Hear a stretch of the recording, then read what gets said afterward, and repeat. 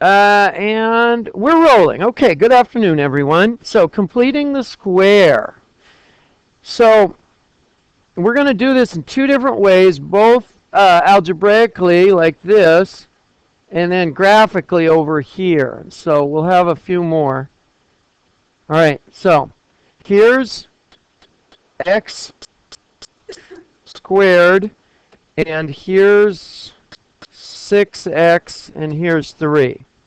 So, we're going to turn this into a square. That's our trick, okay? Here we go. So we have x squared plus 6x plus 3.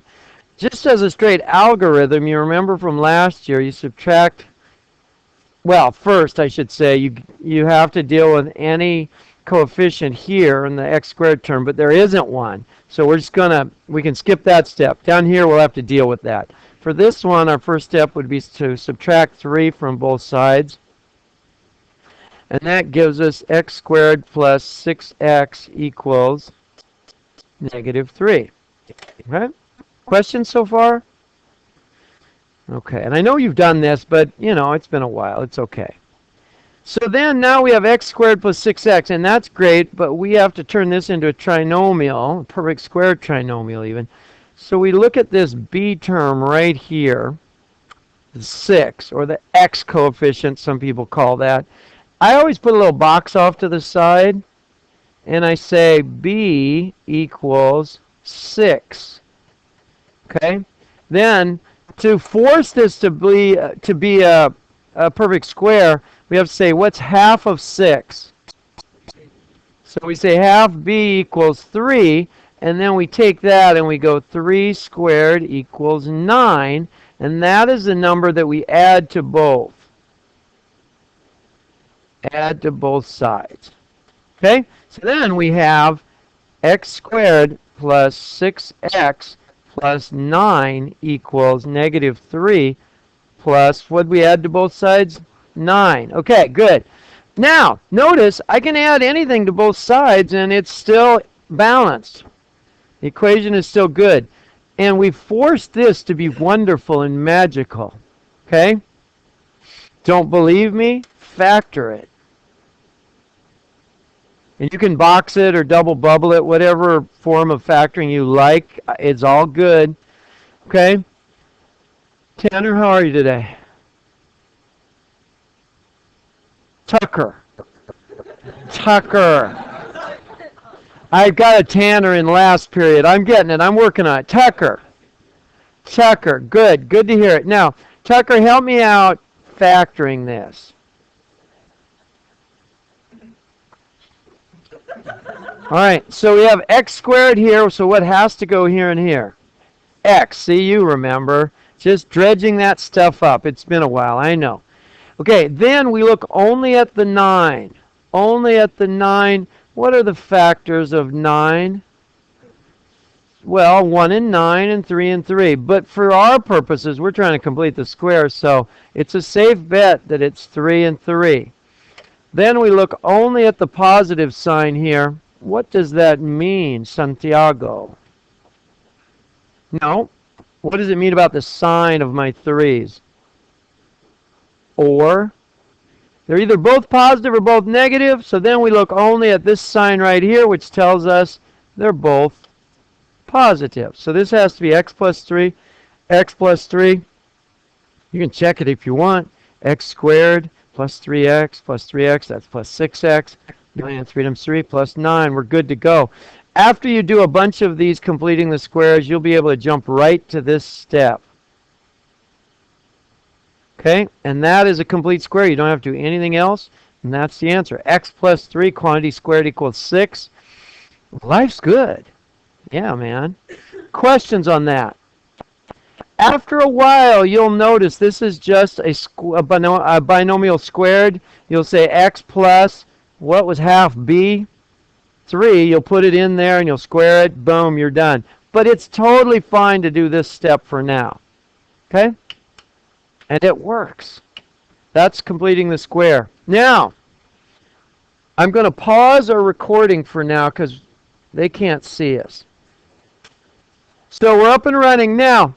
If you have if you have a coefficient in front of the x squared term, or a coefficient, they call this sometimes, we have to get rid of it before we complete the square. And we do that by dividing everything by that. And I mean everything. And then remember that you divided it. Because for some operations, we have to bring that back. So now that leaves us with x squared plus what? 12x, good, plus 5/4, that doesn't scare us, we love fractions, equals 0. And that doesn't scare us either. Ammon, how are you, man? Not right now, dude. We are deep into it. You can hang out, yeah, it's good. Here we go. Come on in. Y'all know Ammon. He's cool. He's a math guy. All right, let's regroup now. Need y'all focused. Reba, stay with it. So now, remember from last time when we completed the square, what was our step that we did right here?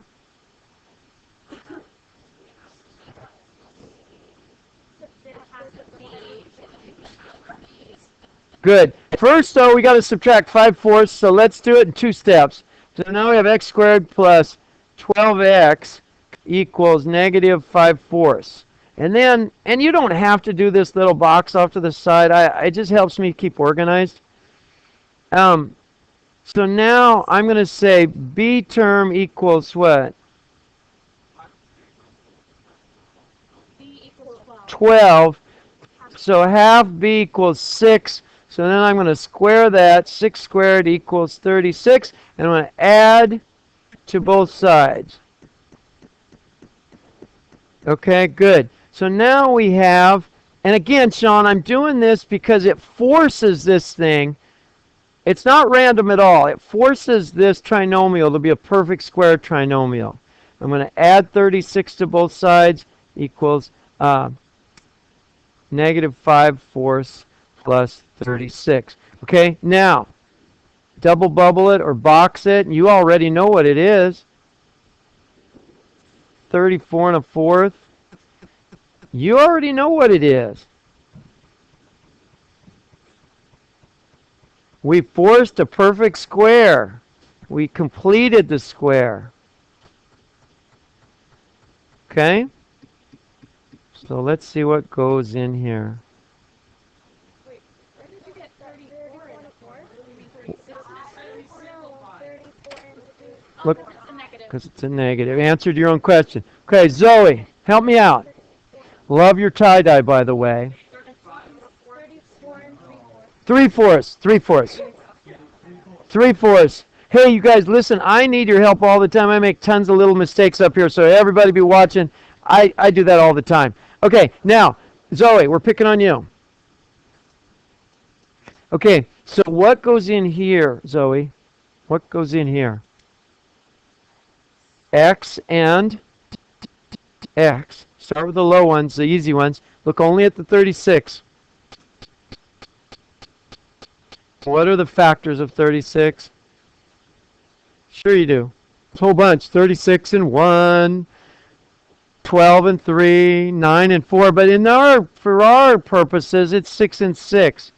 Look only at this sign. It's positive. What does that mean? Both positive or both negative. Look only at this sign. What does it mean? Both positive. X plus 6 times x plus 6. Lucas, otherwise known as?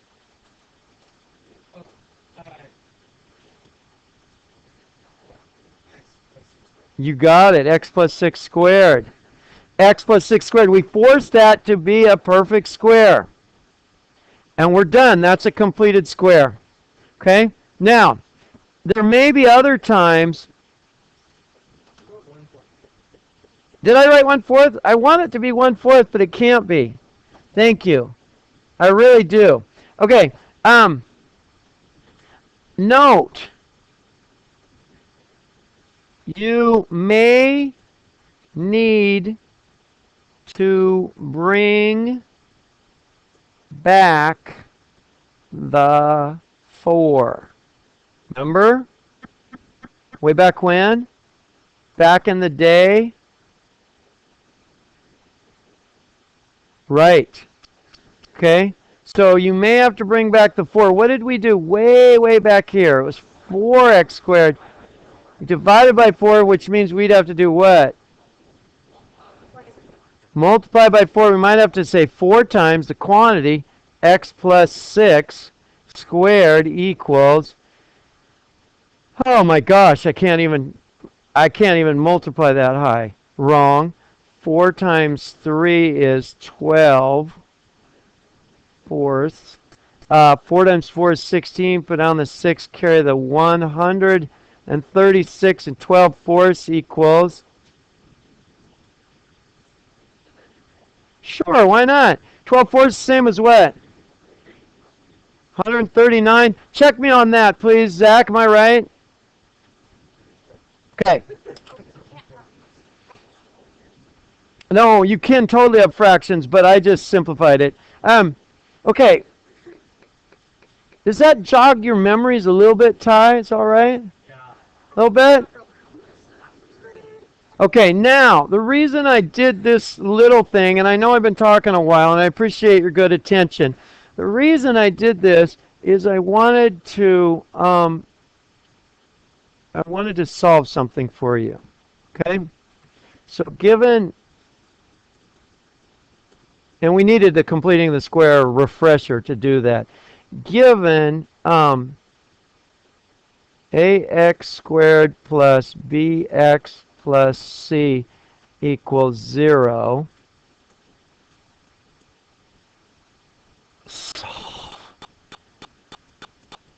solve for x. And some of you may have seen this before. Don't give it away if you know this one.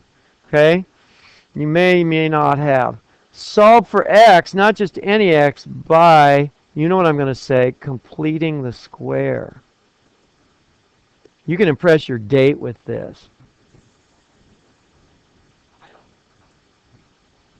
Okay, so here we go.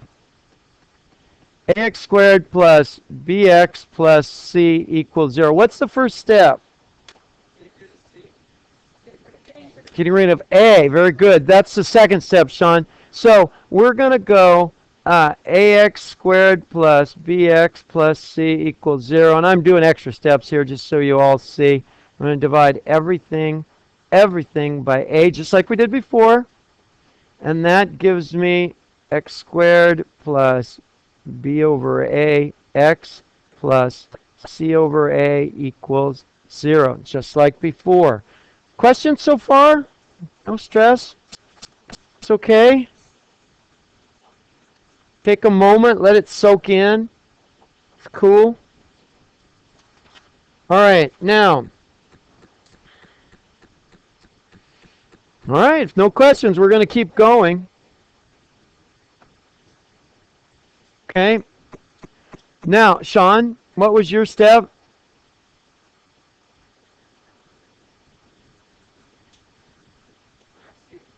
C over A. X squared, you're close enough. X squared plus B over A, X equals negative C over A. I'm going to subtract C over A from both sides. Yeah. Okay. Then, remember my little green box? What's the next step?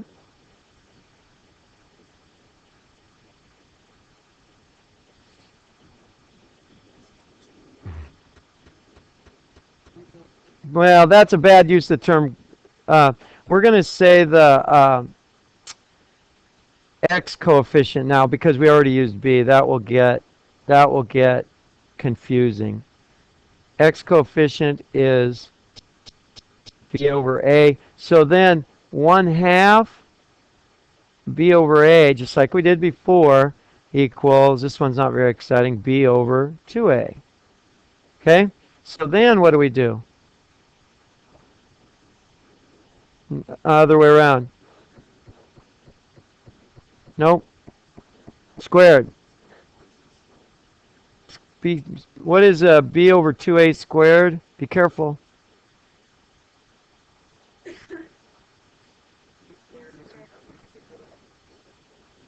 There it is. 4a squared. A lot of people goof that one up. b squared over 4a squared. Okay, so now we have x squared plus b over a x. What are we adding to both sides? Plus b squared over 4a squared equals, I'm just going to put it here, b squared over 4a squared minus c over a. Because I had negative c over a here, and just because this one's positive, same as adding it to both sides. So I added that to both sides.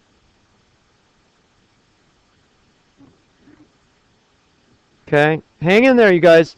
And this will be online tonight if you want to just watch and you want to take notes later. Okay, we're doing good. We're still running? We are. Okay, we're going to do it in under 20 minutes. And now, Lucas, I need you, man. Remember, what is your mission in life?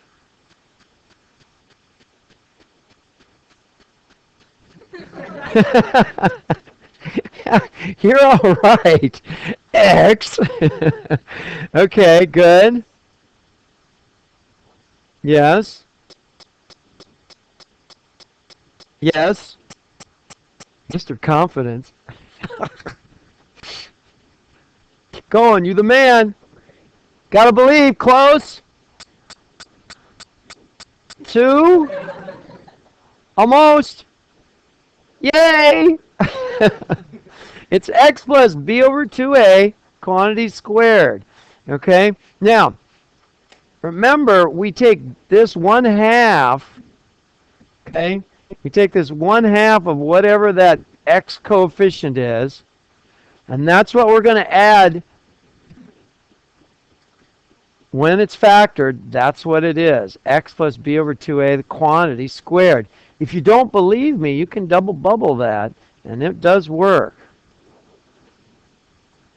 Equals b squared 4a squared minus c over a. Now, remember, let's not lose sight of what we're doing here, everyone. We're solving for x. We're solving for x. Okay? Now, if you're trying to solve for x right here, what would be the next step? Hang on, hang on, hang on. Be calm. Renee, what would be the next step? Trying to solve for x.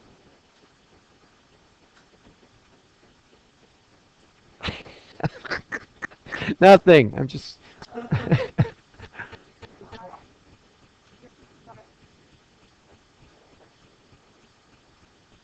Oh, that'll work. I'll go for that. I'll go for that. Okay. So then we're going x plus b over 2a quantity squared equals... What is she babbling about here? Way back in kindergarten? What's going on when you're subtracting or adding fractions?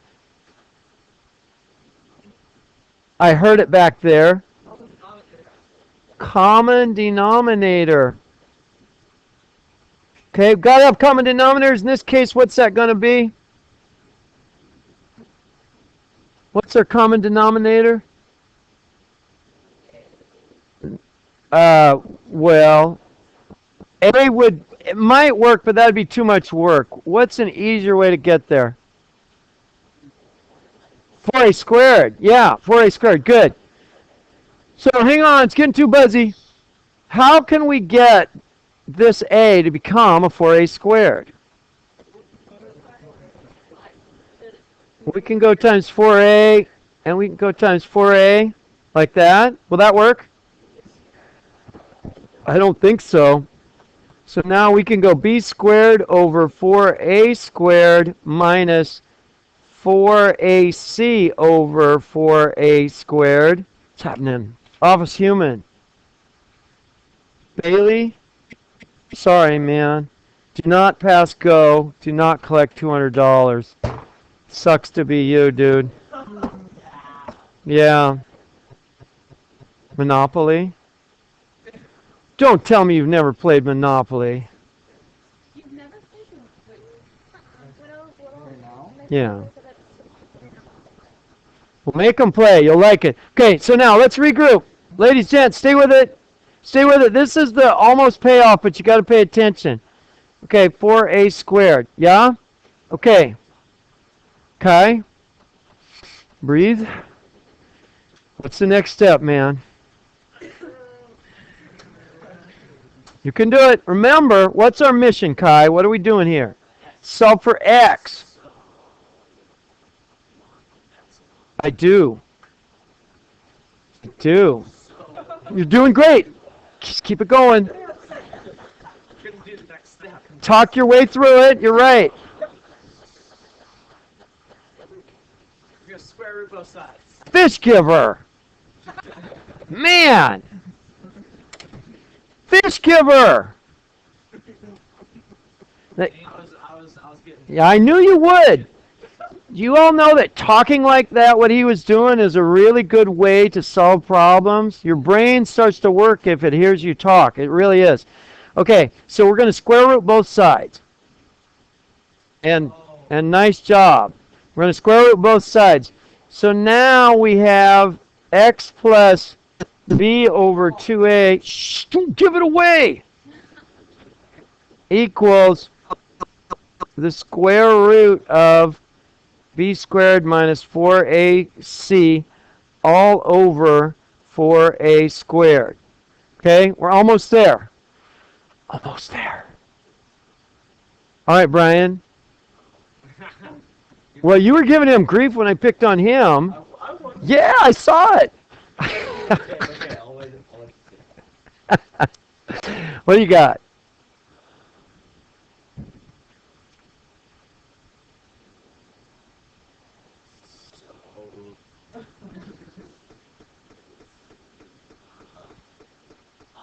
Okay, Brian, what are we trying to do here?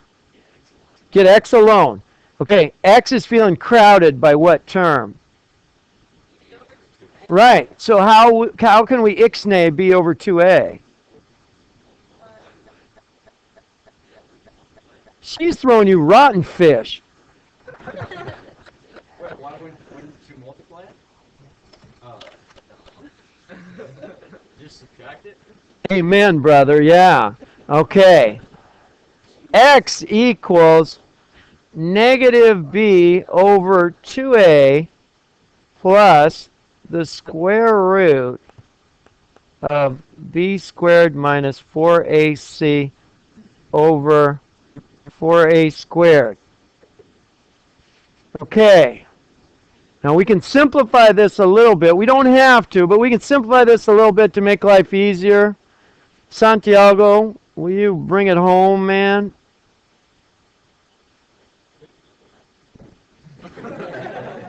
Okay. Keep in mind, remember, way back in the day, if you have the square root of 16 over 25, what can you do with that? Right, or you can go the square root of 16 over the square root of 25, can you not? Right. Okay, this is no different. It just has a bunch of variables involved, Santiago. Right? So what can we do here? Not yet. Not yet. And actually, you're going to be sad. Hold that thought. You're going to be really sad this term, but finish this part out, Santiago. So then you put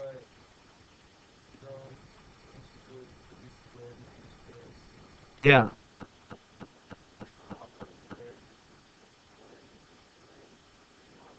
The square root of 4a squared. That is legit. One more.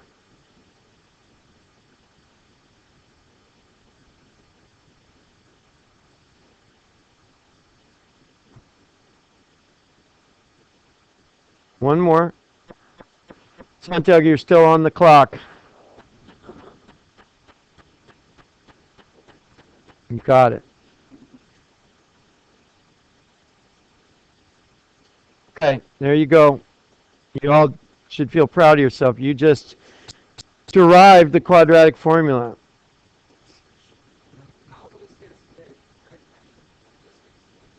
It will completely, Sean, because now you're in college. You know, like when you're in high school, you get a date because you're cute and funny. You know, can fart on command and things. But now that you're in college, You get a date for being smart and witty and, yeah. Yeah, you are. Okay, now, ladies and gentlemen, so you know the quadratic formula, and you know the little jingle, but sadly in this class, we're going to use this form right here because it's a little bit more powerful than the standard version, and it does screw up your jingle, okay? And the reason I say that is the negative b over 2a, who remembers what that represents in the grand scheme of things? The negative b over 2a, what does it represent?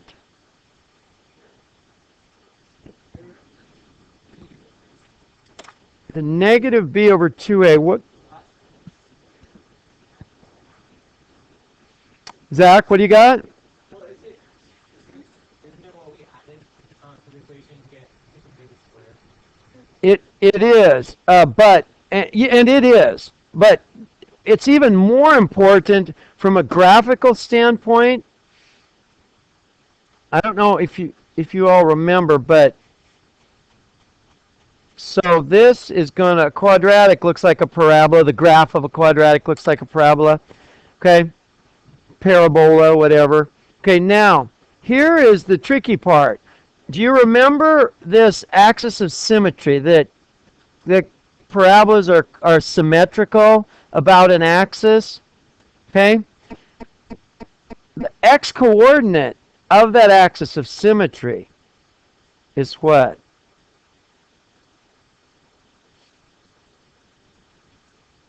Well, it's negative b over 2a. Right there. See it? We call this the axis of symmetry.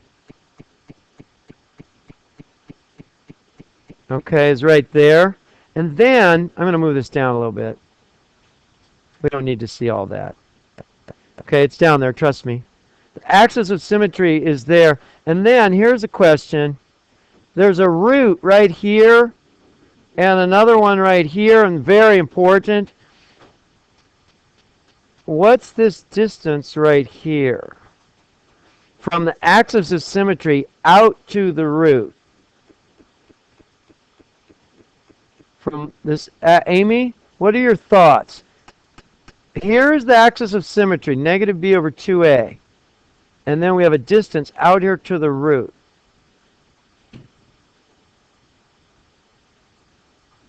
You do know, it's written on the board, and you know.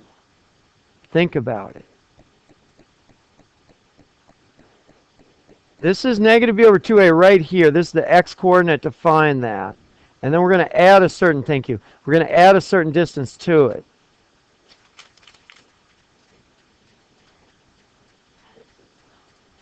Well, adding to negative b over 2a, we're going to add something. You do know. You do know. So we're adding b squared minus 4ac divided by 2a. That's a distance. Okay? What are we subtracting from it to get to the other root, says I? Well, what am I doing? That is the ugliest little brace ever. What are we subtracting from it?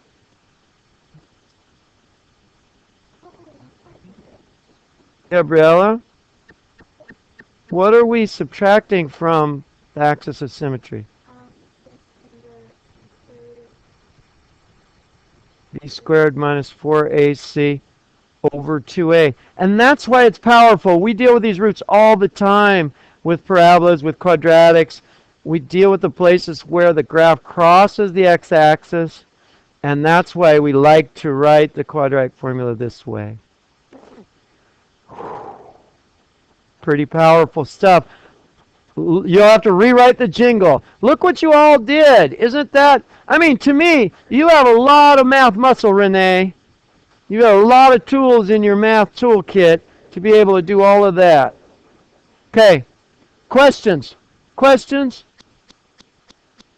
It's okay. Feel proud of yourselves. That's some heavy-duty math. Okay, I'm going to shut this down now. Stopping.